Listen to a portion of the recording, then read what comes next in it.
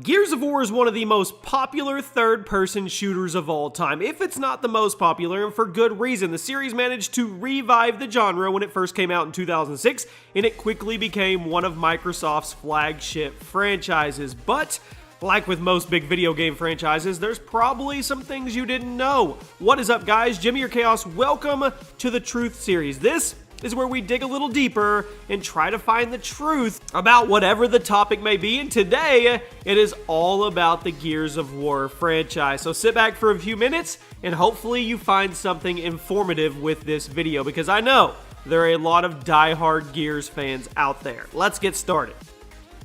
Be sure to enter the monthly $200 Amazon gift card here on the channel. It's really easy to enter. All you have to do is like the video, make sure you're subscribed to the channel, and turn on your notifications for a chance to win. Leave a comment why you want it with your Twitter handle, and I will pick the winner at the end of the month. Good luck. First things first, Gears of War was first released for the Xbox 360 and the PC in November of 2006 after a long and troubled development by Epic Games. You guys probably know them as Fortnite's developers now. Work on Gears of War first started back in the year 2000 as a spin-off of the Unreal Tournament franchise called Unreal Warfare. Now originally, the game was going to be very focused on class-based multiplayer, although this concept was eventually scrapped. Gears went through a lot of different styles throughout the years, shifting from a dramatic war story to even a straight-up horror game at one point, but that didn't take either. Eventually, the team settled on the game being a cover-based third-person shooter with horror elements. And according to Gears creator and lead developer Cliff Bleszinski, the pacing in the third-person perspective was inspired by Resident Evil 4, while the cover system was actually taken from the classic 2D platformer Bionic Commando. Cliff stated that he thought of the cover in Gears of War to be like the swinging mechanics in Bionic Commando, allowing you to snap from cover to cover and move quickly and precisely at the same time. So it's fun to look back and think that Gears of War could have looked way different if decisions had been different. Now, speaking of Cliff Bleszinski, he honestly is quite the character. Throughout the gaming world, Cliff is known for having a little bit of an ego. Hopefully he doesn't watch this video and get mad at me. The dude has accomplished a lot, and he knows it. Following the release of Gears of War 3, he came under fire for stating that he was upset at the critics for rating the game lower than Gears of War 2 because according to him, Gears 3 is a better game on every level. Many saw this as a pretty ungrateful thing to say, especially since Gear 3 got great reviews, just not quite as stellar as Gears 2. He also got a good amount of backlash during the development of Gears 2. Now, when he was asked why Gears 2 would not be on PC, he said that he thought PC gamers were pirates and bad for the industry, which were statements he had to apologize for later down the line when he was actually promoting his new game Lawbreakers, which was a PC multiplayer game that flopped pretty hard. Now let's put some focus on the original Gears of War. It's cited as one of the first truly HD console games ever made, and the decision to make it this way was actually a huge risk for Microsoft leading up to the launch of the Xbox 360. According to reports, the memory for the 360 was planned to be 256 megabits, but after meeting with Epic Games and seeing the work on Gears, Microsoft decided to double the memory to 512, which would allow the game to run at full 720p and properly show off well, at that time, the impressive visuals. The shift costed them tens of millions of dollars and greatly reduced the amount of Xbox 360 consoles available at launch day, but in the end, it greatly paid off as both the console and the game were huge successes. So perhaps the most iconic thing from Gears of War is the Lancer, which most of you know is an assault rifle with a chainsaw bayonet. But did you guys know that the Lancer was almost cut from the game due to its graphic nature? When preparing the Gears demo for E3, Epic Games was informed by Peter Moore, the head of Xbox at that time, that the chainsaw was too gruesome and that they should probably take it out. This sent Epic Games into a panic, as not only did they only have a couple days to make the desired changes, but removing the Lancer would also eliminate much of the demonstration that they had planned. Epic decided to take the risk and leave the Lancer in, and it actually paid off big for them, as the Gears demo was a huge hit. Bill Gates himself stated after the presentation that he loved the Lancer, and I remember watching that at E3 and everybody cheering when they revealed the Lancer.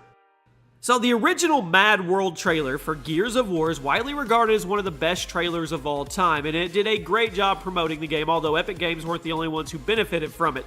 The song Mad World was originally written and recorded by the band Tears for Fears, although the version used in the trailer was a cover by Gary Jules, which was recorded in 2001 for the movie Donnie Darko. According to Bleszinski, The song helped him through his divorce, and the team felt that it fit in well with the tone of the game, especially when compared to other shooters on the market at that time. After that trailer aired, the song hit #1 on the iTunes charts, which was a very impressive feat considering that it was 5 years old at the time, and the melody has since, well, it's been used throughout the entire Gears series, especially in Gears 3, where it was incorporated into the actual soundtrack. Music is important in video games.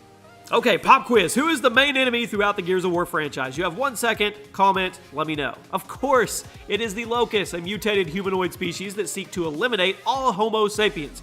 Now, according to Epic Games, they wanted the Locust to be savage and monstrous, but they didn't want them to be brain-dead creatures that you just shot at. They wanted the Locust to be a balance between angry beasts and a coordinated army. They also originally wanted to call them Geists instead of Locusts, but decided to change the name at the very last minute due to an FPS called Geist being released less than a year before Gears was set to launch. They didn't want to find themselves in any legal trouble. The characterization of the Locust was very well received, and many consider them to be some of the gaming's most intimidating villains even to this day. And speaking of things that were changed at last minute, the main antagonist, General Rom, was also a very, very late addition to the game, which is why he barely actually appears throughout the campaign, because of the tight time constraints. Epic Games had to leave Rom's development to the very end, and by the time they got to him, they were forced to rush it, which is why in the original game, his presence at the end of the campaign is never explained, and his character model is actually just a reskinned Theron guard, and it's not actually unique. Rom's battle strategies are based off the German generals in World War II who told their soldiers to kill ally officers before killing the infantry as a way of demoralizing their army. This is why early in the first Gears game, Rom ignores the rest of Delta Squad so he can kill Kim in front of them and crush their spirits. Now, a common question amongst people who don't know a lot about Gears lore is, why is Queen MYRRAH human? And we're going to answer that question right now.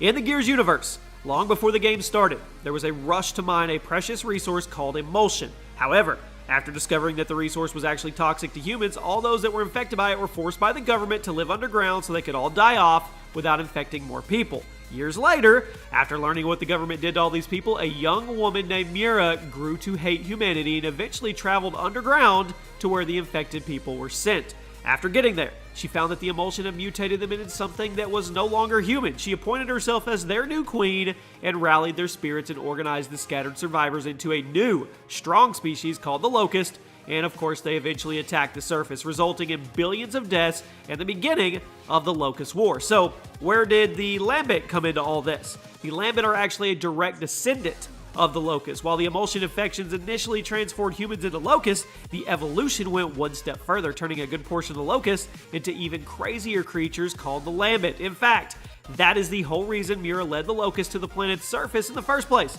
She was trying to save them from becoming Lambent. So the Gears of War main characters have always been known for insanely ripped and they've just been exaggerated, with Delta Squads being some of the beefiest dudes in gaming history. But did you guys know that originally the females were going to be exaggerated as well? According to Cliff Bleszinski, Anya originally had a very exaggerated body with massive breasts, but he disagreed with the design decision and fought to have her have a more realistic body. Eventually, the men were the only ones to be super exaggerated, making Gears one of the few games where the male characters are physically stereotyped and the female characters were actually not. And finally, originally Epic Games was working on Gears 4, which is the newest entry in the franchise, although plans changed early in 2014 when Microsoft bought the Gears War IP from them and appointed a new in-house studio called the Coalition to work on the game. The Coalition restarted development on the game in 2014, with many longtime Gear developers being signed on to work on it, and Gears 4 launched late in 2016 to solid reviews and sales. But we are strangely yet to hear a single peep from the Coalition about Gears 5, despite the sequel bait ending in Gears 4. So hopefully we'll hear something about it coming up really soon in June at E3. And there you have it, my friends. There is the truth about the Gears of War franchise. Hopefully you guys found some of this informative. What other truth videos would you guys like to see? It's kind of where we break things down and just go on a deep dive into whatever topic you guys want to know about. Obviously, the video game topics are pretty popular on the channel, but we don't have to stick to just video game topics. You guys let me know in the comment section what you want to see. Thank you for the support. There's a playlist below for all the other truth videos, and I'll see you guys on the next one.